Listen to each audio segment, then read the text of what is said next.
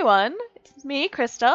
Welcome back to my channel if you've been here before. If not, welcome for the very first time to my little art corner here on YouTube. Today is day 7 of Inktober, so the first week is officially finished. If you've been doing the prompt once a day, you should give yourself a pat on the back right now. Today's prompt is Enchanted. What I decided to do for this one is pretty stereotypical, fairly cliche. I wanted to do a poisoned apple looking thing. Snow White reference. The idea was to draw an apple and have a smoky cloud of a skull coming right out of that stem. Some things were modified as I went along, like normal. But at this very moment, I am laying out the sketch for the plan. To do this, I am just using a mechanical pencil. Nothing too fancy. Lately, I've been having a couple of issues with my laptop. It had disconnected from the camera for a little bit, thus all the white parts I added are missing footage. Luckily, I caught it and was able to get a bunch more footage of the drawing process. Just missed a little bit.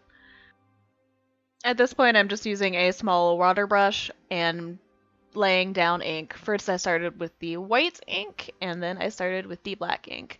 I'm using a toned blue paper because I like it for the mid-tones. It gives these pieces a little bit of moodiness that I particularly enjoy. Also, while I was drawing this, I had the idea for making some of the shading on the apple itself look like a skull as well. I ended up making it look even more like a skull is in that apple, as though it was cut right into it. Like a jack-o'-lantern, but apple version. For the background at this moment, I'm adding a lot of water and doing a very wet background with the black ink, making it fairly light. I'm starting pretty loose and then tightening up with stronger line work as I go. There is going to be some line work in this one, but it's not going to be as reliant on it as the previous 2 days that we've done. Inktober has been fairly interesting for me because I'm used to working in colored projects a lot. And having to work with just black and white, it's been cool. It's been interesting again, just playing with those skills. Here I started putting in some heavy line work on that smoky skull-like dealy going on. It wasn't looking quite right, so I end up going over it in white again, and I end up making the jaw kind of look like it's more connected to the smoke. You'll see what I'm talking about in a minute. It ends up looking like a cross between a skull, a mummy, the crypt keeper, and a jellyfish, all in one. Best description that I am capable of giving without you seeing it yet. I am using a white Posca pen to refine some of the white areas and add in brighter white areas, and this is what I use to go over that and the white ink in the water brush to kind of fix some mistakes I had going on. Here we go, Crypt Keeper, Skull, Jellyfish Dealy happening right now. Maybe that should just be the title for this piece. I haven't been titling these smaller ones for Inktober, but I think the description, some version of that, should be the title. Let me know in the comment section down below if you agree or you think I'm just crazy and rambling about nothing. At this point, I was realizing that I had put so much work into that kind of smoky section that we've got going on that the apple wasn't really holding up. So first I tried to darken it a little bit to build more contrast between it and the smoky section.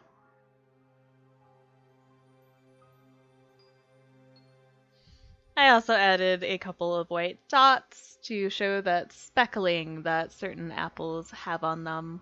At this point, my insinuation of a skull on the apple almost looks like a little buck-toothed aminal, maybe a bat with buck teeth. Don't know why a bat would have buck teeth, but that's what it looks like. Then I was thinking that the smoke didn't look like it was really coming from the apple, so I put it over it, then I changed my mind. Do that a lot. I also bring in a white gel pen for some of those finer tendrils of smoke to be able to A, get a thinner line, and B, just bring some brighter highlights up in this piece. I did not realize how much time I spent on that section of this drawing until watching this footage. It's always interesting re-watching footage of stuff you've done because while you're creating, you don't really notice certain things.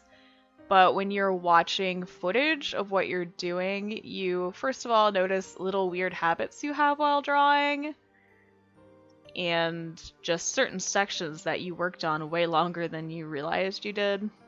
And then hearing your voice on top of it and realizing how you speak, it's weird. I did finally start working more on that apple, and the little skull face is becoming more pronounced as of this moment. I'm also defining the outline and some shadows of that apple quite a bit more, pulling up that contrast. I also had the bright idea of making the smoke look like it was coming out of the eyes in the apple. Doing this does help the two separate elements feel more as though they are actually interacting with each other. Before it seemed like just two separate things. Now it feels like that smoky skull thing is coming out of that cursed apple. Sorry, enchanted apple. Isn't a curse just another version of an enchantment? An evil one, but still similar. At this point, I'm just going between the black marker and the white marker and the white gel pen and just detailing things out. Adding contrast here and there, making more goofy looking teeth, stuff like that. I also decided to do a darker shadow and actually put a horizon line in to indicate that this is on something. It almost has a background going on. Almost. No floating jack-o'-lantern apple today. Add a little bit of white ink in the background, specifically on the wall area or sky area, whatever we want to pretend it is, to add a little bit more depth there. And I add some deeper, darker shadows right underneath our little apple. I add some highlights to that stem to help it stick out a little bit because I do have a lot of darkness going on. And I further define the little apple face and other areas. Just going back and forth a lot, adding things a little bit at a time, making small decisions and building upon them instead of big decisions. Small decisions are easier to fix, and when you layer and you make a bunch of little decisions, you can build it up slowly. And I know a lot of people would not want to use this much white ink in an ink painting. For this specific project, it felt like the best approach to get the smoke how I wanted it to look. For me, personally.